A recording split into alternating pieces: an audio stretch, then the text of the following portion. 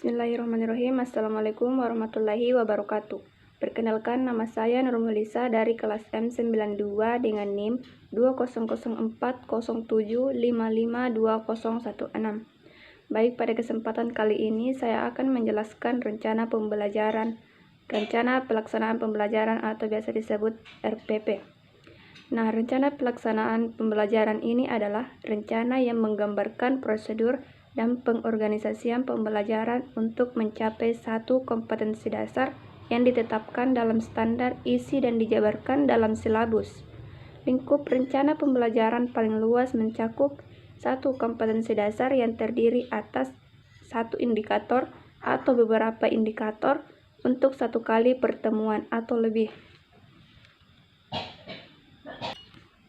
Adapun tujuan dan fungsi RPP ini adalah tujuan yang pertama untuk mempermudah atau memperlancar dan meningkatkan hasil proses belajar mengajar. Yang kedua, dengan menyusun rencana pembelajaran secara profesional, sistematis, dan berdaya guna, maka guru akan mampu melihat, mengamati, menganalisis, dan memprediksi program pembelajaran sebagai kerangka kerja yang logis dan terencana. Nah, adapun unsur-unsur yang perlu diperhatikan dalam penyusunan RPP adalah yang pertama, mengacu pada kompetensi dan kemampuan dasar yang harus dikuasai siswa, serta materi dan submateri pembelajaran. Pengalaman belajar yang telah dikembangkan di dalam silabus. Yang kedua, menggunakan sebagai pendekatan yang sesuai dengan materi yang memberikan kecakapan hidup atau life skill sesuai dengan permasalahan dan lingkungan sehari-hari.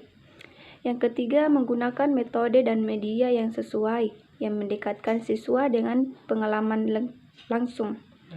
Yang keempat, penilaian dengan sistem pengujian menyeluruh dan berkelanjutan didasarkan pada sistem pengujian yang dikembangkan selaras dan pengembangan silabus.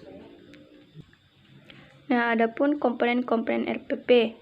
Komponen-komponen RPP pelaksanaan pembelajaran ini terdiri atas identitas mata pelajaran, di mana identitas mata pelajaran ini meliputi satuan pendidikan, kelas, semester, program, keahlian, mata pelajaran atau tema pelajaran dan subtema pembelajaran, dan pembelajaran keberapa, serta jumlah pertemuan atau alokasi waktu. Yang kedua, standar kompetensi. Standar kompetensi merupakan kualifikasi kemampuan minimal peserta didik yang menggambarkan penguasaan pengetahuan.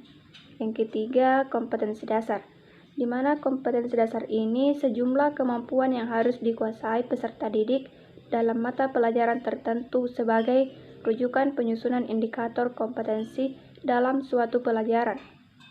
Yang keempat, indikator pencapaian kompetensi. Nah, di mana indikator ini perilaku yang dapat diukur atau observasi untuk menunjukkan ketercapaian kompetensi dasar tertentu menjadi acuan dan penilaian mata pelajaran. Yang kelima, tujuan pembelajaran, di mana tujuan pembelajaran ini menggambarkan proses dan hasil belajar yang diharapkan atau dicapai oleh peserta didik sesuai dengan kompetensi dasar. Keenam, materi pelajaran atau materi ajar, di mana materi ajar ini memuat fakta atau konsep, prinsip dan prosedur yang relevan dan ditulis dalam bentuk butir-butir sesuai dengan rumusan indikator pencapaian kompetensi. Yang ketujuh, alokasi waktu. Alokasi waktu ini ditentukan kesesuaian dengan keperluan untuk pencapaian kompetensi dasar dan beban belajar. Yang kedelapan, metode pembelajaran. Dalam metode pembelajaran ini digunakan oleh guru untuk mewujudkan suasana belajar dan proses pembelajaran agar peserta didik mencapai kompetensi dasar atau seperangkat indikator yang telah ditetapkan. Nah, adapun yang kesembilan, kegiatan pembelajaran, di mana kegiatan pembelajaran ini terdapat 3, yaitu pendahuluan, inti, dan penutup.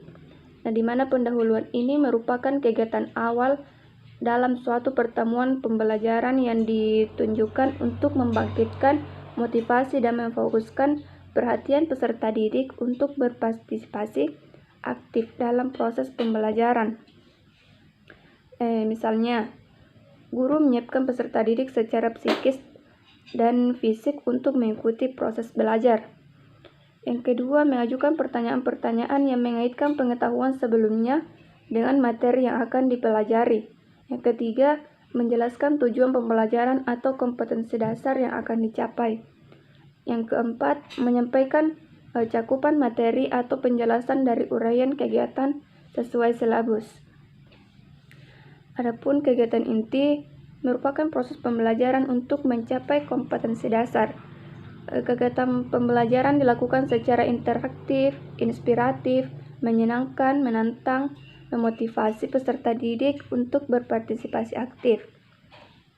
Nah, adapun bagian penutup, di mana merupakan kegiatan yang dilakukan untuk mengakhiri aktivitas pembelajaran yang dapat dilakukan dalam bentuk rangkuman atau kesimpulan, penilaian dan refleksi, umpan balik, dan tindak lanjut.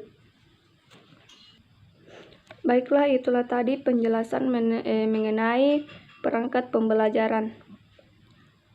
Terima kasih. Sekian. Wassalamualaikum warahmatullahi wabarakatuh.